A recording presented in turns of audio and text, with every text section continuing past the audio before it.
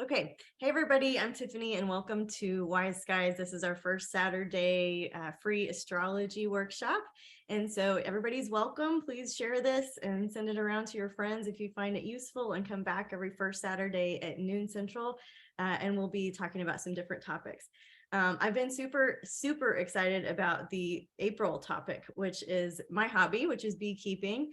And we're talking about the astrology of beekeeping. And so before we get going, if you guys would just put in the chat, who of you are here for, or are on the astrology side, and who of you are beekeepers that are coming in? And if you're both like me, that's great too.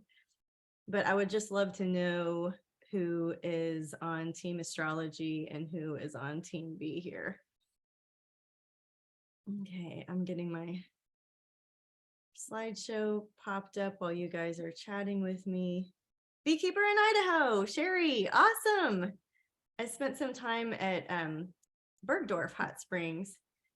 Isabella's astrologer and aspiring beekeeper. Leslie's a beekeeper in Texas. Mandy's team bees. Bobby loves astrology and wants to start beekeeping. Okay, this is perfect. So guys, the point of the call today is really to introduce beekeeping to some astrologers and introduce some astrologers to beekeeping and vice versa. Did I say that right? But I appreciate your patience, because if you're on team astrology, you're going to know a lot of what I'm saying, and the bee stuff will be more interesting to you. And if you're on team B, you're going to know a lot of what I'm saying, and the astrology part will be more interesting to you. So feel free to take a break anytime you want, go get your bio break, get your tea ready. I've got my chai with me, and we're going to just have a really fun, informative hour together. The reason that I think that I wanted to overlap these is because I'm passionate about both of them. And I started wondering, what do they really have in common? One thing is that we look to the skies for weather. We look to astrology for emotional and the psychological forecast, as well as the weather forecast. And the sun, for tracking the bee activities, we're really tracking the solar seasons. And so the sun dictates our seasons on Earth, but it also dictates the activities that are going on in the hive. It looks like I missed some chats. Okay, yay, some more astrologers joined us. So I wanted to just ask you guys, because I know you're a super intelligent audience, if you had anything else that you could think of that linked these two topics together. And I would love to learn from you. So as we go through, if you're thinking, oh yeah, there's a common link, there's something that's interesting, there's a mystery of the universe that has this Venn diagram going on, then I would just absolutely love to know and love to learn from you too. So the structure of our workshop, we're going to go through bees first, and then we're going to talk about the astrological components. And so that you can just organize your energy and your learning accordingly. So first, we're going to be talking about bees at a basic level, and then we're going to make the associations with the skies and the planets. A lot of you guys know me because I'm an astrologer at Wise Skies, and so I've been studying astrology for 23 years. I have a master's in health psychology. My company, Wise Skies, is a spiritual development agency. We do astrology, human design, and psychic development. And the bees are a big part of my psychic development and mediumship journey. You guys have heard about telling the bees.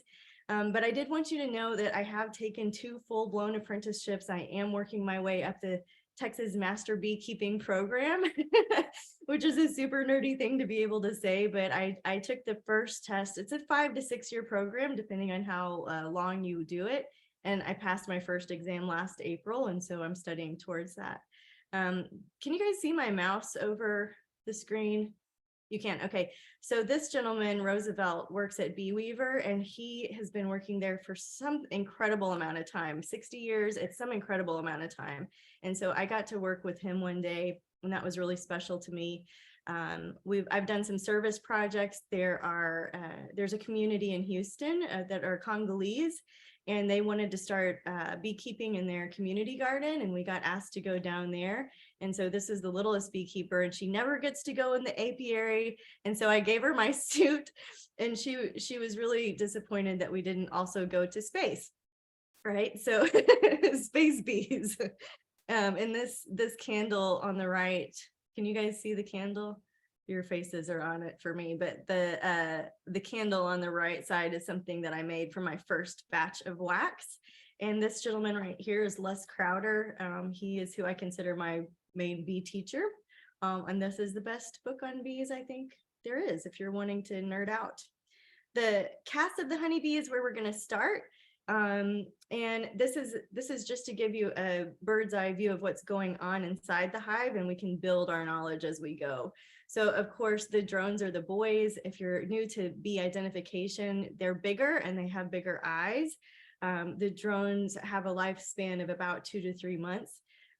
While most bee teachers, right, will say that the drone's sole purpose is to go have a mating flight, and during this mating flight his abdomen breaks in half and he falls to his death, so he's a sacrifice. But there's also much more that some of the spiritualist people are saying. The involvement of the drone is to tap the hive and to buzz and have like the welcoming, the birth song for the newbies.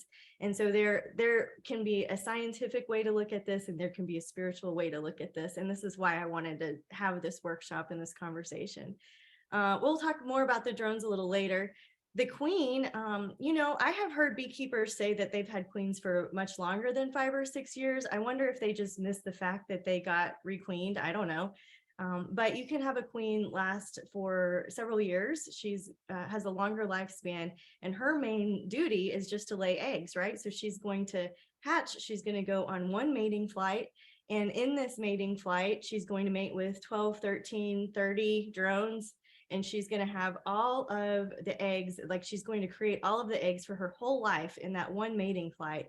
So we hope she makes it back to the hive, because if not, that stops the genetics coding of that hive, and they will not have enough time to requeen themselves at that point.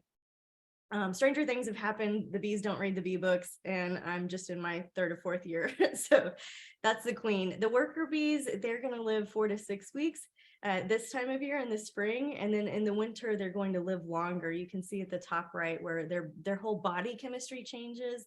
They call them fat bees.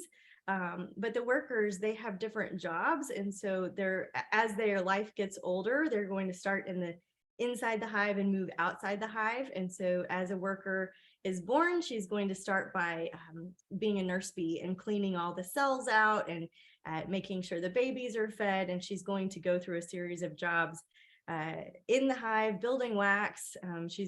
There are worker bees that hydrate, that will go get a droplet of water and use that water to fan and cool the inside of the hive. There are worker bees that are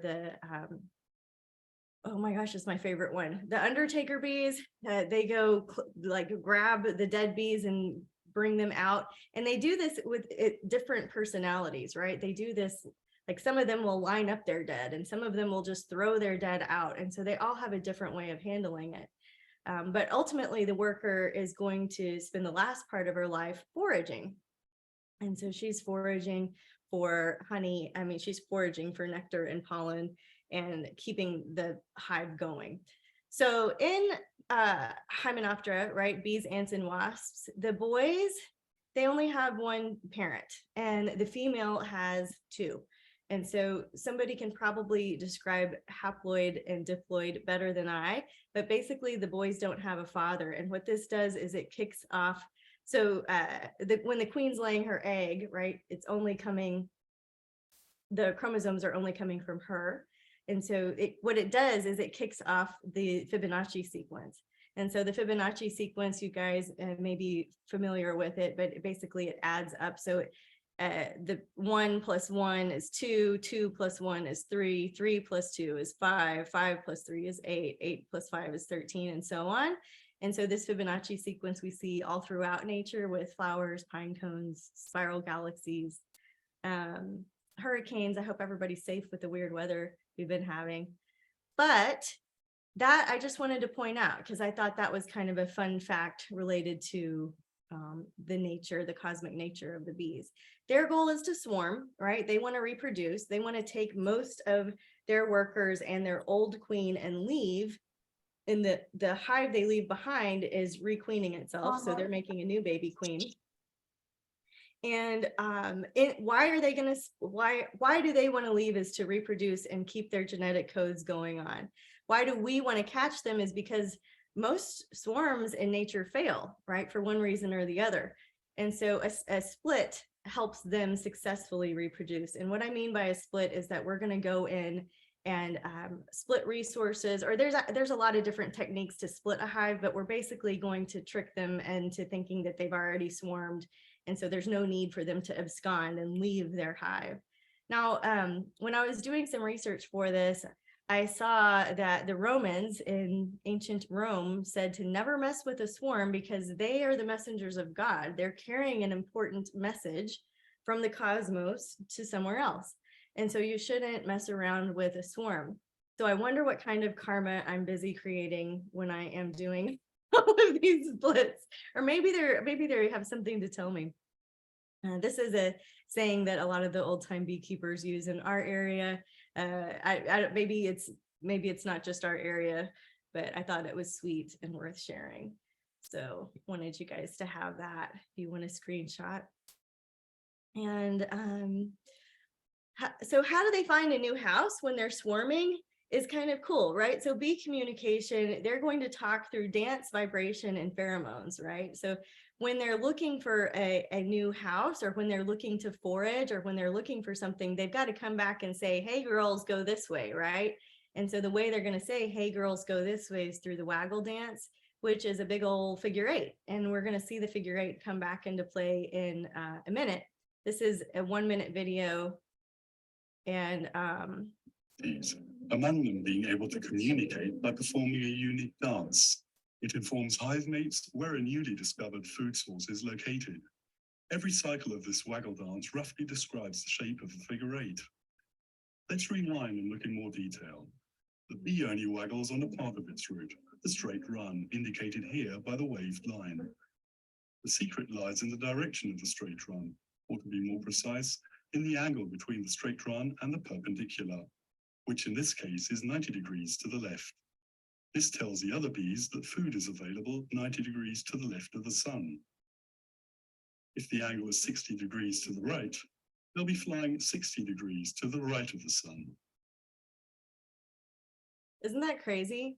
And they account for the sun setting. So if the sun's going to set, they account for the distance. It's not just the distance, it's also, the research says, has to do with wind resistance. And so it's not just like, hey, it's a mile this way. It's like, hey, it's 2 miles, but the wind is with us, so it's going to feel like 1 mile, right? Like, it's nuts. And they anyways, to me, it's amazing what they can do with their dance and their pheromones. So I wanted to show you that figure 8. I didn't mean to play it again. There we go. What are they looking for at a new site? Most of our research comes from New York in the mid-70s. And what they're looking for are specific things about 10 to 15 feet high. They're looking for a cavity about this size. It should smell like home. They're not looking to move into some beautiful, newly painted, toxic smelling wood chemical-based thing, right? They want it to smell like them. So a lot of times beekeepers, we will melt our wax from an old brood because it has the queen pheromone in it. It smells like home. There are other things people do. I know a lot of people will use specific essential oils and things to help make it smell and feel like home. And the research says that they like south and east facing entrances. And so it's, I do that. I'm sure people have different opinions about that. But the reason that the south and east facing entrance is good because they can catch the morning sun. It stimulates them to get out and forage earlier and take advantage, basically make hay while the sun shines. And then they're not entering that north side, that north wind. And so if you're planning on setting up an apiary, you can use this knowledge. Once they're in their new home, this is the second video I'm going to show you guys. It's not long, don't worry, but it does show what a figure 8 orientation flight looks like. And so let me just play this for you. It's just 2 minutes. In the bees the other day, I caught some orientation flights. Here's what a normal hive looks like with bees stacking up to land in an orderly fashion. Busy hive, but nothing really extraordinary. good group of bees landing, coming and going. Now the chaos of orientation. Here we can see bees filling the airspace in front of the hive. As they climb the front of the hive, they cast themselves off, hover about in front of the hive, orienting themselves to their surroundings. Again, typical hive entrance activity sees the returning bees stacking up, waiting to land, as the bees at the front of the hive on the landing board inspect the returning bees in an orderly fashion. As I was filming the initial hive orienting, a second hive started its orientation flights. This hive right here in the foreground with the red honey super is in the initial stages of orientation. You can see the frenzied activity in the airspace in front of the hive as bees slowly come out of the hive and climb the hive surface, casting themselves off and orienting. Okay. Bees are actually making small figure 8 patterns that they will increase in size as they rise above the hive in the air above the bee yard. Cool. So that's it for orientation. So what they're going to do is they're going to leave they're trying to orient where they are with where the food is, right? And where the hive is, where they're going to come back to. They're going to fly out. They're going to make a little figure 8, come back. Fly out a little bit further, make a little bit bigger figure 8 and come back, and then do it a third time, a little farther out, a little bit bigger. And that's the chaos of what you were seeing. And so if you guys want to play my honey trivia, I would love for you to guess how much your first jar of honey costs and how many teaspoons of honey the little bee makes in her life. This is all, we're going to answer it a little later so you can think about it. This is what to wear, right? A hat is really critical because inside your bee suit or inside your veil, unless you have like a hat in your veil, the veil can come up and touch your face, and then the bee can like sting you through the veil. So you want the veil away from you. This is a smoker, right? Beekeepers use these to essentially mask the pheromone, mask the alert pheromone that would trigger like everybody to be on alert that there's an intruder coming in. And so it just masks that pheromone that they might be giving off. I like to use kind of special stuff, like I'll throw some sage or some frankincense or something that's not just like old, like fire stuff, right? I like to make it a little more fun and a little bit more zhuzhy. We use some type of a hive tool and some type of gloves. I know it's popular for some beekeepers to use like the rubber gloves because it's easier to move your fingers around. And then this is Mandy is in our workshop today, and you can find her because she has an awesome podcast called Beekeeper Confidential, and she has a company called Bella Beak. I have this one on the far left. This is the one that I like, but she has so many beautiful designs, and I wanted to give her a shout out in the what to wear because this is the high bee fashion and nobody's doing it like her, and they're really well done, and it just makes beekeeping even that more fun. So I wanted to introduce you guys to Bella Beak. What not to wear is red because it appears black to bees, black because it looks like a predator, right? If you think about bear fur and skunks and things that attack bees. Don't wear perfume or scents or like have, your clothes like freshly smelling like detergent or your hair smelling like shampoo. It triggers, the smells trigger their alert pheromone, right? And also don't wear bare skin. Unfortunately, we have folks die every year from bee stings because they're mowing at dusk, or they're around a hive they didn't know, or they're allergic and they didn't know. And so I just encourage everybody to mask up in terms of put your veil on and keep everything nice and covered. I put a notice in our beekeeping group. Does anybody have pictures of stings on their face for when they forgot their veil? And so this is the first group. And then some more trophy stings came in. These are beekeepers, y'all. I mean, ouch. And they kept coming in. So in the comments, they were like, you're going to scare people away from beekeeping. They're not going to want to do this. And I said, no, I'm going to encourage them to properly veil up is all. Poor doggy. They kept coming in. I didn't keep going. Now, in terms of astrology, Jupiter in the mythology of the Roman gods is the one who is said to have given the honeybee her stinger. And he was doing this as a benevolence, right? Jupiter is a gift giver, if you think about Jupiter in that way. And so he's like, yeah, you need to have a stinger so that you can protect your honey. You can protect the wealth, Jupiter, right? Honey is the wealth and the spiritual abundance that Jupiter's trying to protect here. But his wife, Juno, says that you can't have that for free. And so you can have the stinger, but there needs to be payment. And so she pays with her life. So if she stings, she dies. And that's part of the astrology weaving its way in. Handling stings, this is how I do it, right? You pull the stinger out immediately because it's going to keep throbbing and pumping venom in. So you want to remove the stinger quickly. You want to smoke the sting if you've got some, if you have a smoker lit. A lot of people say wash with soap and water. I'm always in the field. That's not going to happen anytime soon. But if you're having like a serious sting issue, then soap and water is the way to go. Everybody medicates differently. If you're allergic, having an EpiPen on hand.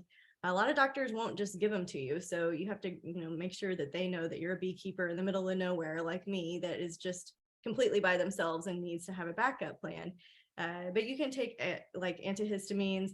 I use homeopathics, very unpopular in the beekeeping communities to talk about this.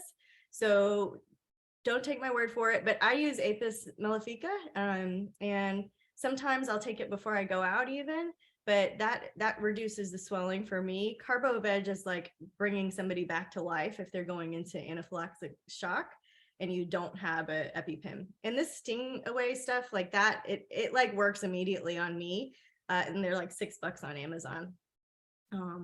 And so in terms of stings, right, in astrology, we can deal with the stingers in life too. If you think about pulling the stinger out, right, this is part of the process of Chiron, the wounded healer, where he had to pull the poison arrow out of his foot, right? And he had to decide, do I want to stay here in pain for the rest of my life, or do I want to transcend this pain, right, and move through it and use this as the great medicine bag to help others? So we could go through some different aspects, like in astrology, maybe you're looking at a Mars square or a Mars return, or maybe there's a Uranus opposition. There's something that's very, feels like an upheaval and a surprise and a tower card that hurts, And so I think that the bees have a lot to teach us in the field, but also as metaphors in life. Okay. Hive styles, we're almost done with the bee portion. If the beekeepers are getting restless, the hive styles, we have Langstroth is the main way that you'll see. It's the main style for commercial beekeepers. There's a lot of backyard beekeepers that do this too. I have one, but I prefer top bars because these can get as heavy as 80 to 100 pounds when they're full of honey. And I don't like having to lean over and bend over and hurt my back. And so I use the Be Mindful plans. This is Les's plans, Les Crowder. I saw somebody in there say, yay, Les. And I know he's teaching right now today, but he's very supportive and kind. And I like this design personally because it mimics how bees build in nature. They build from the top down, and they can do that. They can build on these bars down. Whereas in the Langstroth, they're building here, but then they're having to like go upstairs and build some more. And we'll even force them to build higher and higher and higher. And it's just not part of the natural order. It's not that I don't ever do it. I just prefer this. And I didn't know about it when I got started. So the more I can introduce it, the better I feel as a steward of honeybees, because you don't have to bend over. It's healthier for the bees. It's healthier for your backs. Just looking at a couple questions here. Yeah, well, how much it costs the beekeeper for the jar of honey? Yeah, like how much would it cost the beekeeper? Sherry says for one laying with bees, oh, she's helping me out by putting some costs in there. Yeah, 600, I would agree with that. Don't eat bananas before going into the hive. And the myth of the Melissa. Yes, Isabella. Okay, cool. Installing your first colony, you're going to do this either because you bought a nuke, which is over here on the left. This is a nuke and it has a mated queen in it. You got food, you got brood, you're ready to go. All you got to do is put those frames into your box and set them up for success in an area that they like. A package is like this. There's no queen in there. There's just a bunch of bees that somebody shook into and they're not a family yet and they don't know what's going on. And it's a little more chaotic and you have to install a little queen in your package, in your equipment that you choose. So The other way you can get new bees are through swarms and removals. It's not something that new beekeepers would do. I have a few notes about your first colony apiary setup. Something I like the tree line. It's very popular to talk about, oh, they have to have full sun because of the mites. And I haven't found that to be true where I live. Beekeeping is hyper local. So for me, partial sun on a tree line works best. They need to have water, right? They need to have water that has a safe landing. So you can put like a stick and some rocks in there, because you don't want to have them jump in and they can't find a way out. So you want to have a little bee bridge for them. And it needs to be somewhere that has food year round. If it doesn't have forage year round, you can supplement. This is also very controversial in beekeeping, whether you should feed sugar water or not. I don't, but I do if it's an emergency situation. And you want to be mindful of the carrying capacity of your land, because there's already insects on your land. There are already foraging, that are already pollinating. And so if you are like trying to get your ag exemption, or you're trying to meet a goal of honey production or something like this, you need to take into consideration how much the land can bear your bees and feed them and keep them healthy. And you want to make sure that you have the right signs up if you're in an urban area, or if you have people on your property that you're like, hey, we got bees and we want them there. Okay. So windbreak's also really good too. If like my bees are in a very windy area, so that's another reason why having them on a tree line. Why would you do this? I did it because I like gardening, and we've had the best wildflower years I've ever seen in 24 years of being on that property. We've had the most beautiful flowers, the best food. You can use them as a tax exemption here in Texas. It's if you have 5 to 20 acres. We don't, because we have a wildlife. We have one for the cows, but it can help the environment. Maybe you do it just because you like bees, you like the idea of it, or maybe you want to get into honey production. If you're going to get into it, the way that you're going to maintain it is to look for brood and food. Okay. Brood looks like, here's some egg spotting. So if you're going to be inspecting a frame, you're looking for a little egg, that's what it looks like, that tiny grain of rice. It's way smaller than rice. It's so tricky when you're first beginning. So that's how you would look for an egg. I have a little game for you guys. I'm sure you can see that, Queen. Everybody sees that one, right? Okay. If you don't, this is her. She's got the long copper abdomen and the super black thorax right here.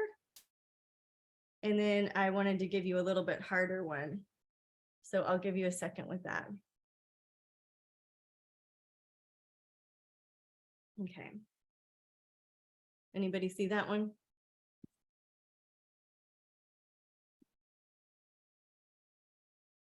Sherry found her. Okay, nice. So I won't keep us here too long. This one was a bit harder than the ones you find online. This is her. You can tell by her thorax right here, but because her belly's hidden, but you can see her. So training your eyes to find her is going to help you know if your colony is going to be successful or not. We talk about pests and disease if we're going to go into beekeeping, and these are other topics that I have whole separate workshops on, having to do with bee nutrition, the seasons, honey harvesting, propolis, all of these things. Apitherapy, such a cool topic to get into. And I have a whole list of what I wished I'd known when I first started. But this is the anatomy of a little honeybee. And I wanted to kind of ease into some of the other topics here. I love this imagery of the spiral comb. This particular spiral comb comes from one of the stingless bees. I wanted to say series, that's not it, varieties, species, thank you. And I just thought these are so pretty, you know, and how we see the spiral in nature and the spirals in the galaxies and in the cosmos, and how it represents that growth cycle that we're all on, right? We feel like we're repeating patterns, but actually we're spiraling up or down, but hopefully we're evolving and spiraling up. Okay, so the spiritual side of hexagon cells. So if you look at the Star of David, right, this one, you see the shape of the hexagon inside. And the Star of David itself is actually associated with the heart chakra, right? In yoga, anahata. And so I love that it's just at the center of the heart. It's associated with the tree of life. It's associated with the molecular core of water, of which we are 70%. The hexagon is found in our DNA structure. The Star of David symbolizes harmony and balance, the male and the female. And there's a lot of synchronicity, right, in the natural world. And so why do bees build with hexagons? Well, it's the most efficient and the strongest shape to carry and hold the most amount of honey with the least amount of wax. So it's an efficiency thing and it's a strength thing. I don't know how the bees would answer that, but that's how the architects answer that. And in astrology, this was really cool. The grand sextile, if you think about it, right, like one single sextile is a distance of 60 degrees between two planets. And so if I'm doing your astrology report, or if you hear me talk about it on the forecast that Jupiter is sextile Mars, right, or Venus is sextile the sun, the sextile represents a certain organization, a certain opportunity, something that you're trying to pull through and manifest and be inspired by. It's uplifting, it's an opportunity. You do have to reach for it. It's not just going to fall into your lap. But this distance of 60 degrees is what makes the sextile. And a grand sextile links, I can't see my note here, links how many of them together to form a 360-degree circle. And there was a grand sextile in the sky on July 29th, 2013. So any of my astrology friends watching, if you have something to add about the grand sextile, I'd love to hear what your experience was with it. So again, you can see the bees reflecting and mimicking the skies. I'm not going to play all of this, but I wanted to show you a little bit about, okay, so here is Dr. Emoto's work. You guys familiar with him? He studied water, and you can see the hexagon in all of these different shapes. I actually got to see him speak here in Austin.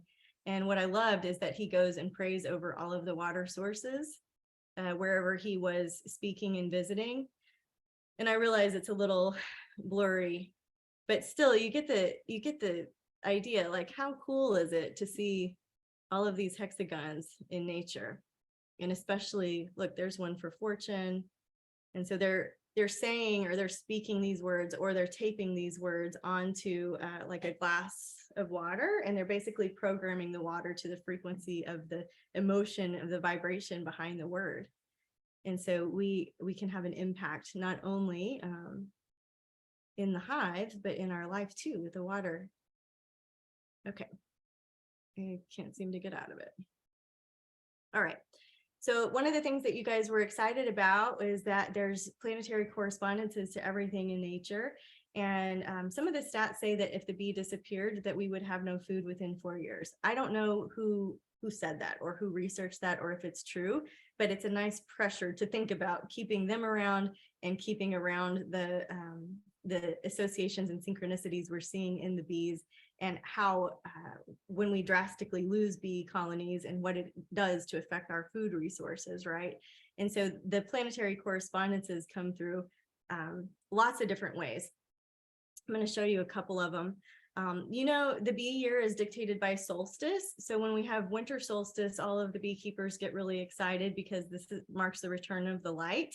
And it means that we're going to be in our season of increase. We're going to be building up and up and up and up until our summer solstice, when we then have a decrease of light and our populations will go lower, lower, lower, lower. And so our activities with the providing nutrition, providing what we need to do to maintain them is really dictated by the sun. I wanted to mention Wise Skies, which is who's hosting the workshop today. And this is where we're really going to shift into talking about the planets here. And I'm going to do the chart of 2 beekeeper friends. And so you can see where I've started to make some associations. The feminine trinity in astrology is the Earth, the Venus, and the Moon. Earth representing the mother, Venus representing the goddess, and the moon representing our intuitive side. And so Venus is the planet that's most often associated with bees because of her connection to fertility and pollination and flowers and beauty and luxury and connection, right? And pleasure and relaxation, and the land of milk and honey is very Venus, right? And so we can look at the position of Venus in your birth chart and the position of Venus in the sky when we're going to look at some of these beekeepers.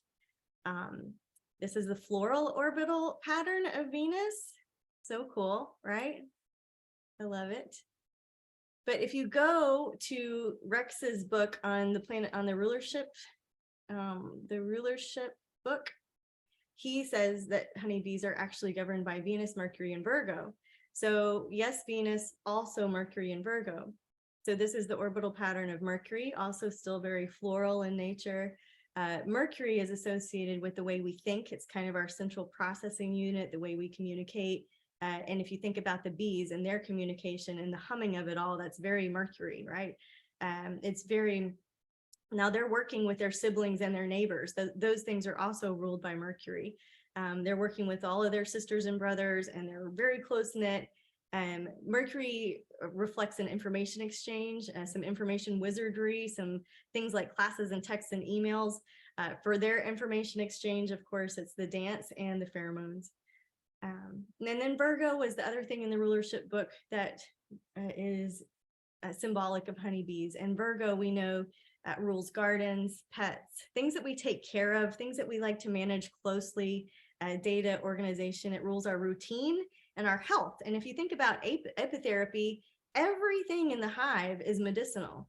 Propolis is medicinal, honey is medicinal, the salves we can make, the lip balms we can make, everything in the hive that comes out of the hive, there's nothing that's not medicinal. Every single thing. People are using stings as medicine.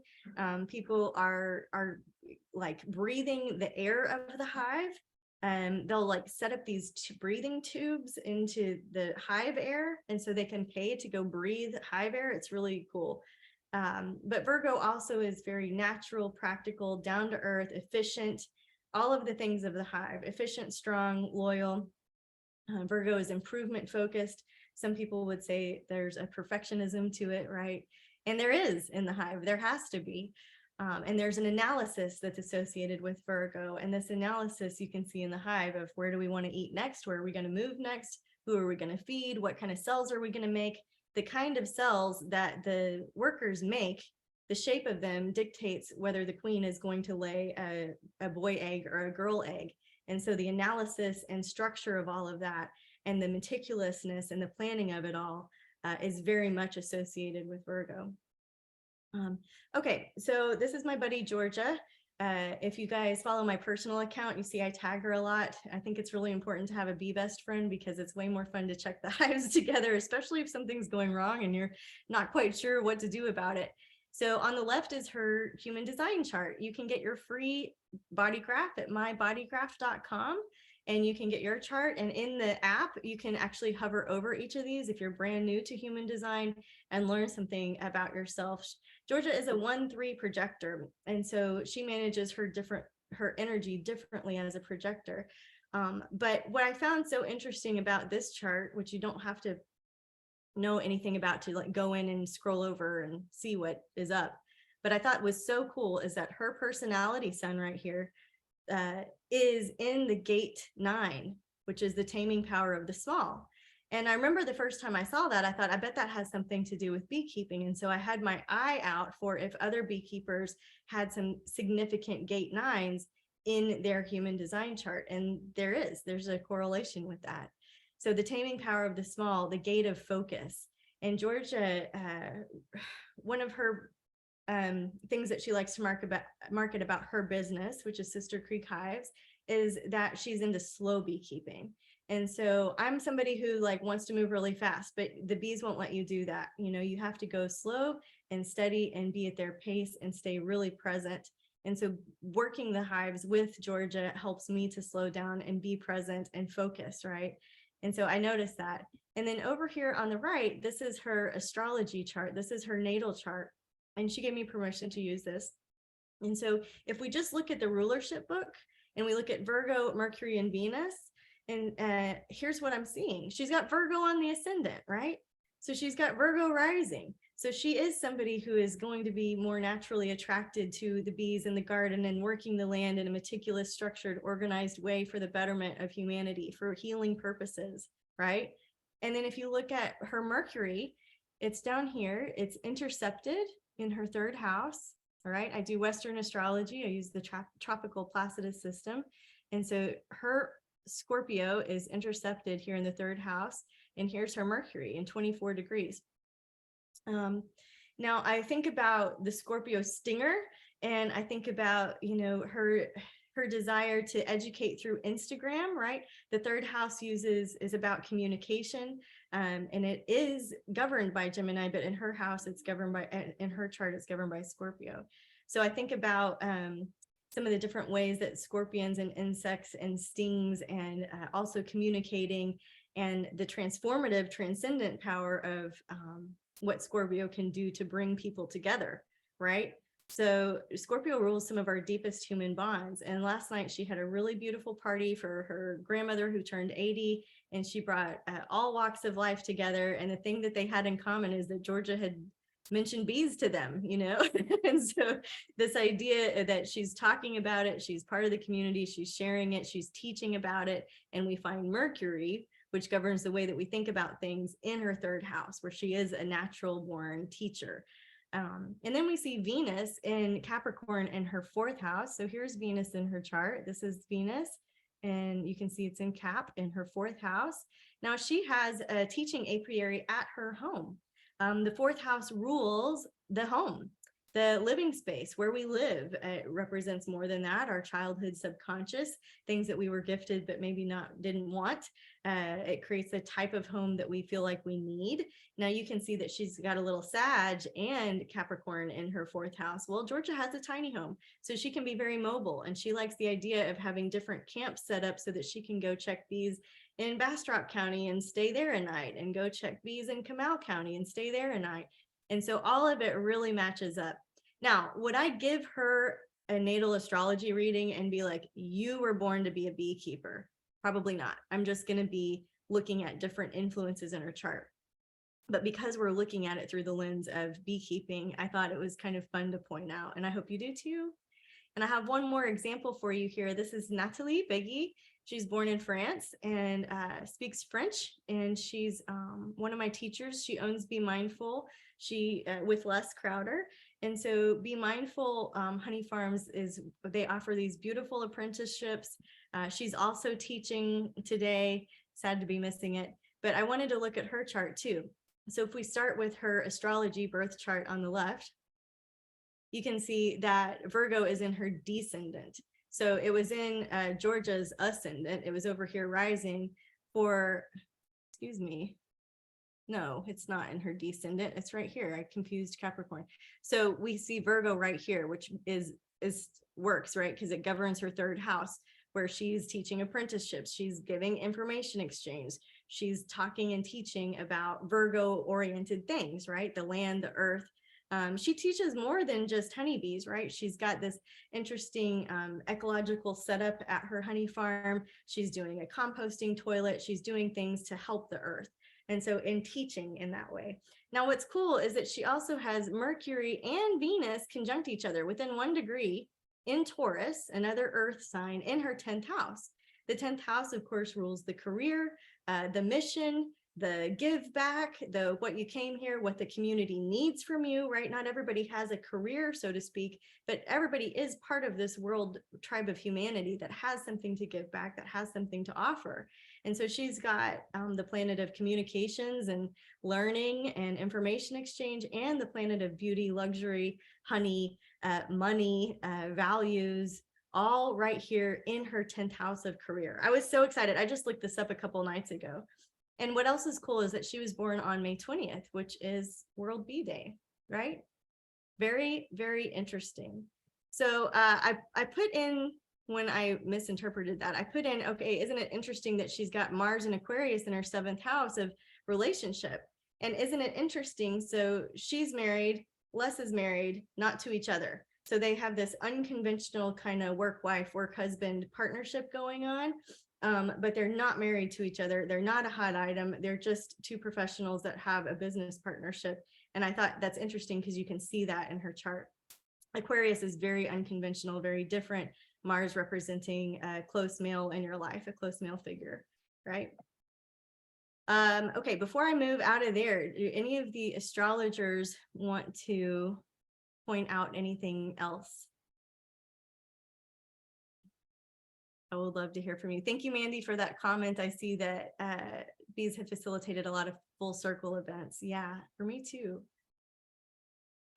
Okay, so we'll leave that. If you think of ideas or questions or something I missed in the chart, I wanted to try to distill it in a way that it's like, okay, let's focus on at least these 3 things that are ruled by bees. We could go into so much more. But on her human design chart, I'll just point out that she also has gate 9 in her personality Earth. So what grounds her is this gate of the small, gate of focus. And so there we see the gate 9 in a very prominent place in her chart too. Other zodiac considerations. You guys have heard of telling the bees. Telling the bees was where some of, in like ye old days, right? We would tell the bees about when somebody died and about when somebody got married. And so this has to do with, in astrology, the 12th house, sometimes the 4th house, sometimes the 7th house if you're talking about marriage. But this idea of telling the bees and letting them know some important life events is indicating that you think that they're going to carry that information into the afterlife, into the spiritual world. Another zodiac consideration is the hive mind, right? This hive mind makes me think of the 11th house or Aquarius. And we think about the bee itself, right? If you think about Aquarius as the bringer of resources, right? She's got the 2 water, she's the water bearer, she's got 2 jugs of water, and she's trying to bring life-giving resource, but there's always a sacrifice somehow, right? And so when I'm thinking about Aquarius and the sacrifice we make as people, as individual self, as individual souls for the greater good, and there's this power to the people movement in astrology right now, you know that Pluto just moved into Aquarius for the next 20 years. And this is an interesting time to be working with Aquarian themes like the hive mind. But this idea of sacrifice is both Piscean and Aquarian. And where we see it in the hive is, of course, the female honeybee is going to give up her stinger to protect the hive, and then she's going to die from that. And the male is going to mate and then die, and he's going to lose his life from that. And so it's all for the betterment of the hive, right? You want to try to not squish bees when you're working bees, because that also alerts, makes them create their alert pheromone. But you also just don't want to do it because it messes up the whole continuum of things. So just be careful if you're working bees to try to be gentle and go slow, and everything will be fine. We already talked about Jupiter and Juno. I wanted to mention Saturn's hexagon. And so I don't know if you guys have seen those pictures of Saturn's hexagon. There's this like mist cloud pattern on the North Pole of Saturn that is in a hexagon shape. And so I wanted to mention Saturn and these other zodiac considerations. And this image is just a common one that comes up in bee lore in a cave painting. So people have been keeping bees for a really long time. I'm in my wrap-up phase here. So in bee mythology, of course, there's different bees associated, deities associated with the bees. Of course, Aphrodite, Ra, the Egyptian sun god. Have you guys read The Tears of Ra, or Re, or I don't know how you say it. But it said that bees were created from his tears. And so his tears became bees, and they became the messengers. And the Egyptians have a very strong connection to the bees and honey in the afterlife. And so there's a lot of 12th house feelings, a lot of mediumship connection to working with the bees. A book, if you're interested in that, is called The Song of Increase. And it is really beautifully done. It's by a beekeeper, Jacqueline, can't think of her last name, maybe somebody knows. But it's called Song of Increase, and she talks about it from the perspective of a medium, and she uses the bee's voice. And so she writes in bee, basically. and she has a different take on the job of the drones and what they're actually doing. So there's a more spiritual side, whereas we could use Winston's Biology of the Bee to go through it scientifically. We can use Jacqueline's book. Freeman, thank you. And she spoke at the last World Bee Day. I really like her vibe. So we can see the bees in all these other cultures and all these, the deities, and we can see them as being very important with the connection to the afterlife and the connection to the cosmic circle. a few more bee legends here for you. Just some lore. What's my favorite one in here? Let's see. I really just like it that they're so connected to death. As a medium myself, I got my hives at a really critical time in my mediumship, and you can go back and look at the transits and see why I got into beekeeping when I did, which was during our COVID year. So I just wanted to put those up on the screen for you. Oh, the funny one, is it on there or not? It's the one where it's like, oh, if you're getting engaged, you got to walk the guy by the hive, and if he gets stung, it's not going to turn out so good. Can you imagine living by those lores and legends? Saint Gobne, somebody can correct me there. She's the Irish patron saint of bees and beekeeping, and I found it interesting that people make pilgrimages to her shrine in February. So, okay. Oh, I had a trivia for you. Did she use her honeybees to attack intruders, use honey to cure the nuns, or is she the one that introduced beekeeping to Ireland? Anybody want to guess?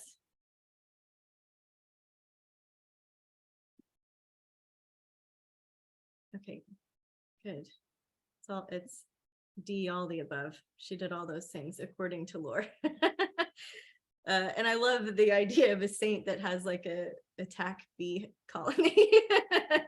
She's my kind of girl, right? Okay, I'm coming up on the end here, so I just wanted to mention, if you enjoy these type of topics, in April at Wise Skies, our whole theme is about the cosmic nature of things. The first Saturday is always free. The next two are usually the first and third Thursday. We had to change it because of a school holiday in April. But we do a human design lounge. And I thought it was really interesting to learn that plants, animals, and insects have a whole different chart in human design. So I interviewed Leisha. She's on the podcast. You can find it at Wise Skies Collective on YouTube or wherever you listen to podcasts. And I had this conversation with her about it. But she's going to be teaching it as a class. And we're going to use specific examples. And I'm going to throw in one of my queens in the hat to use as an example. So we teach also psychic development on the third Thursday, and I'm going to be teaching about doing nature reading with tea leaves, crystals, pendulums, things like this that we use in nature. So all of our little nature readings in connection to our cosmic nature. We also have astrology camp coming up, where I'm suggesting don't consult an astrologer, become one. Let me teach you how. You can read your own chart. You can make your own forecast. This is our syllabus. It's available on the classes page at wiseskiescollective.com. Astrology camp is starting pretty soon. So if you're interested in that, please come. Our members get 25% off of everything all the time. So if the membership is of interest, you get all of these workshops, you get a monthly meditation, and you get access to Tarot Friday. So I send you a tarot reading every Friday. It's a pretty good deal. It's a lot of fun. I see some of our members in here right now. So thank you for supporting Wise Skies as a business and following the shifts we've had to make. In closing, these are a couple of different ways that you can play with your hive, with the candle, with the wax, with the honey, with the different things you can do with it. There's a ton of recipes at the National Honey Board. 3 things you can do for bees: just to leave a source of water out, to plant flowering things that are all year round so that they have forage even in January and February, is to not mow, right? So that the dandelions can come out and give them the food that they need. And then to also not buy grocery store honey because it's fake. Buy it from a beekeeper and you'll get the proper health benefits from it. Here's a couple of resources that I use throughout this. You can see 2 Bees in a Podcast. I think a lot of beekeepers like it. It's from Jamie Ellis at the University of Florida. It's very research based. They do use treatment and I don't. So I just ignore that part and just go my natural hippie organic ways. And you guys got introduced to Mandy's business, Beekeeper Confidential, and Bella Beek. And so I hope that you'll go find her and enjoy her beautiful products too. These are some of the books that I really love. and some of the sites. And the local sheroes, these are the two ladies whose chart I read, Georgia from Sister Creek Hives and Nathalie from Be Mindful. So let's see here. I'm gonna stop my share. Woo, we did it in an hour. So I would love to know if you have any questions, feedback, ideas. Feel free to chat. I know that some of you guys watching later are going to enjoy this too. We have some friends overseas that are going to be watching in our tomorrow. Mandy says, thank you, wonderful talk. You're welcome. Thanks for blessing me by being here. You're radical. I love you. We'll meet in person sometime. All right. And Julia says, thanks. It was informative. Isabella, beautiful connections. Yes, I'm so glad you're here, guys. Thank you for the opportunity to let me marry two topics that I love so much. It is going to be an awesome season in beekeeping, and I'll keep you posted on the progress of our colonies. We do natural treatment-free top bar beekeeping, and in astrology, we practice Western astrology. And so I hope to see you around. Have a great Saturday. And until next time, guys, namaste.